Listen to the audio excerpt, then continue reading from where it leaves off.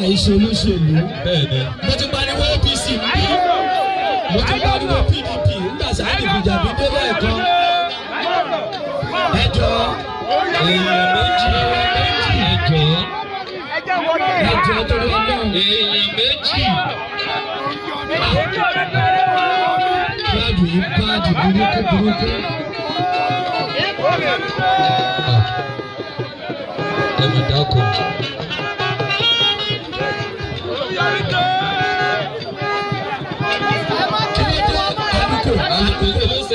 Aluko.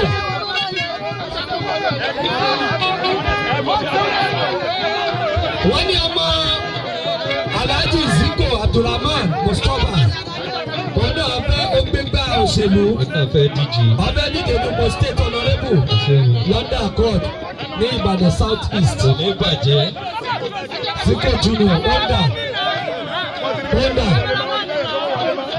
Jose Junior okay wọ́n náà wà wọ́n bí Musa mo kí ẹ alájọ.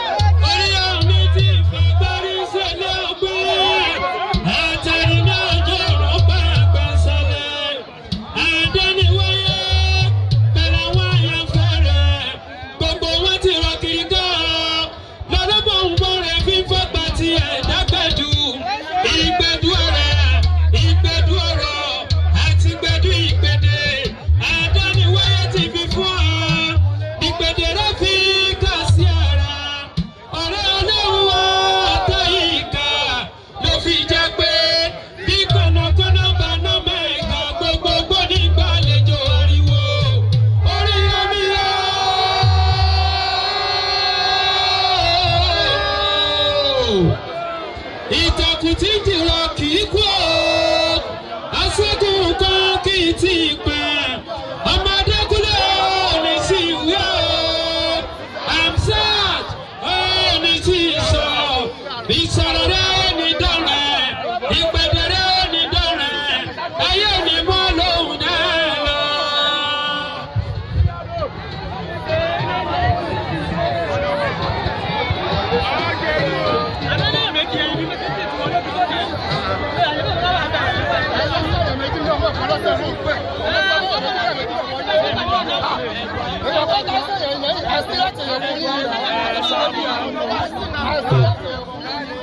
Ẹ bá mi pè náṣọ tún ti dé o. Ẹ bá mi pè náṣọ tún ti dé o. Ìmúlò nìkan bó aráyé. Àgbàsọ̀lẹ̀ lónìí àwùwáwù. Orí omi ọba ló ń bá ẹ ṣe wò. Ẹ bá mi pè náṣọ tó ti dé o. Ó gbèsè rẹ dé. Orí omi o. Ó gbèsè rẹ dé o. Ó yá aṣọ tó gbé dé o. Ìwọ lọ sọ bọ́lọ̀ tó ayé wọn ò gbógun o. Síkàsíkà bẹ̀ wọn ò máa níwọ̀n ẹgbẹ̀fà o. Ṣùgbọ́n jọ ẹ̀san ò pẹ́ o. Ló fi ń pariwo ta pé ká tó dánmẹ̀yẹ lóró. Àbàkọ́ fi sírò ẹni o. Orí omi dé wà ó wà ti ṣe o. Orí omi dé wà ó wà ti ṣe. Àwọn èèyàn tá lórí omi ò ní wá. Àwọn èèyàn tá lórí omi ò ní wá o. Orí omi dé wà ó wà ti ṣe.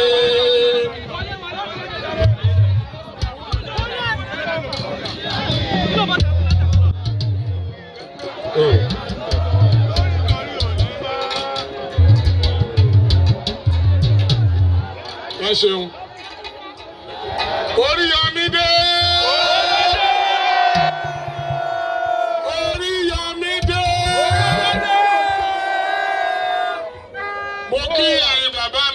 mo dẹ̀ kí ẹ̀yin màmá mi. Mo kí ọ̀gá wa, bàbá mi bóyá ìgbàlá wa. Ìyẹn burú afájá, àwọn àṣejù bàbá ojú. Lóko tó ọdún ọ̀sán ẹgbẹ́ sí. Mo kí bàbá ọlọ́jà rí pẹ́ o.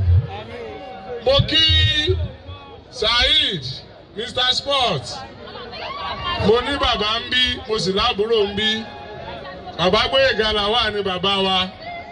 Saheed sì jẹ́ àbúrò mi àti alájọṣe dáadáa. Kí a má get twisted.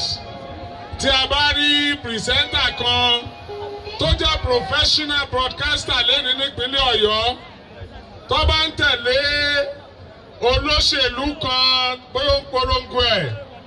Ẹ má sọ́dọ̀ tá mi àbí aláìmọ̀ tí ń ṣe. Ọ̀tọ̀ níṣẹ́, ọ̀tọ̀ ní ọmọnìyàn. Iṣẹ́ là ń ṣe yẹn.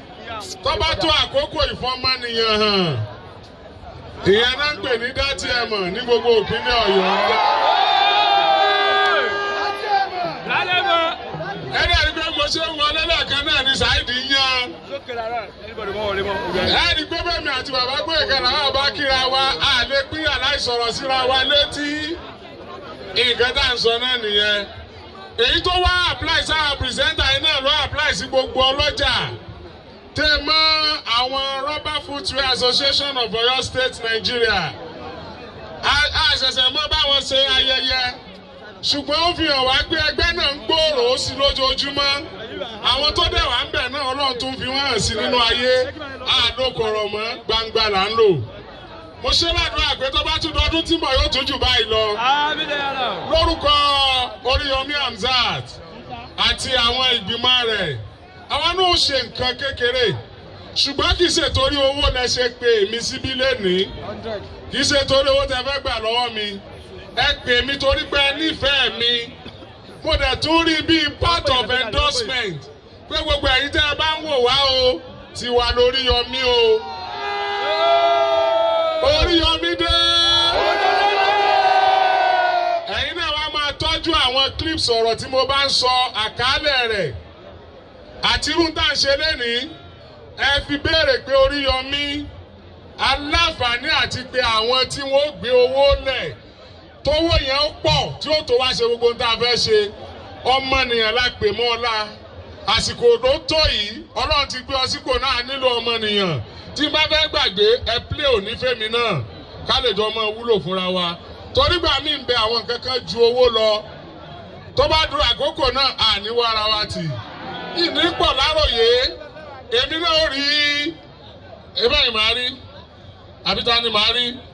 Torí ẹ̀yin ókè ìmọ̀gbẹ́ ti dẹ́gbẹ̀ẹ́ mi. Màá rí ààrẹ, mo lè ti gba account number. Lágbára Ọlọ́run ká tó dé ọ́fíìsì. Ẹ̀ẹ́dì tí ó gbórúkọ Oríyọmí Hamzat wá. Ṣùgbọ́n mi ní kéde iye ẹ̀ torí pé mi lówó lọ́wọ́ ọmọlúwàbí ni mo ní. Ẹ ṣé gan ni o. Máìkì yẹn dà ẹ́ dàkún.